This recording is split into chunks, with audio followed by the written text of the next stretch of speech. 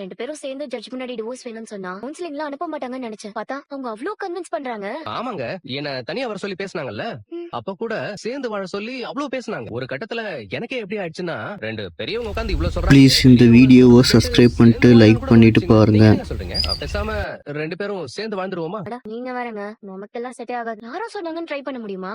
அதானே. நம்ம அந்த மாதிரி அட்டெம்ப்ட் எல்லாம் எடுக்கவே கூடாதுங்க. நீங்க வேற நான் வேற, இதெல்லாம் நம்ம யோசிக்கவே கூடாது. நம்ம 2 பேருக்குமே அது நல்லது இல்ல. முடிஞ்சது கதை. நீ கம்னு இருடா சோழா. எதையாவது கேட்டு அவமானப்படாத. மூஞ்சில அடிச்ச மாதிரி பதில் சொல்றாளே, அப்புறம் எதுக்குடா வாய் இன்னும் நல்லா மிரட்டுங்க சார். ப்ளீஸ் இந்த வீடியோவை சப்ஸ்கிரைப் பண்ணிட்டு லைக் பண்ணிட்டு பாருங்க.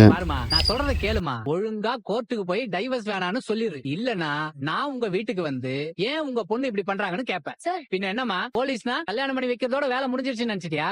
அதான் கிடையாது. நீங்க ஒழுங்கா வாழறீங்கன்னு ஃபாலோ பண்ணி பாப்போம். அதுவும் எங்க வேலை தான். இங்க பாருமா, உன் புருஷனோட பேசி சமாதானம் ஆகிற வழியே பாரு. புரிஞ்சதாமா? இதையும் மீறி டைவர்ஸ் பண்ணணும்னு யோசிச்சேனா ப்ளீஸ் இந்த வீடியோவை சப்ஸ்கிரைப் பண்ணிட்டு லைக் பண்ணிட்டு பாருங்க. Super sir, super sir, super sir, super sir. Sir வேற மாதிரி பண்ணிட்டீங்க சார். Super sir. நான் வேற மாதிரி பண்றேன்ல, நீ வேற மாதிரி பண்றப்பா. தம்பி, இந்த முத்தத்தெல்லாம் அங்க கொடுத்து கரெக்ட் பண்ணுங்க. நான் இருக்க உனக்கு. ஓகேவா? Okay sir. இவருக்கு யார் இதெல்லாம் சொல்றது? போலீஸ் இப்படி எல்லாம் போன் பண்ணி கேட்பாங்களா? குழப்பமா இருக்கு.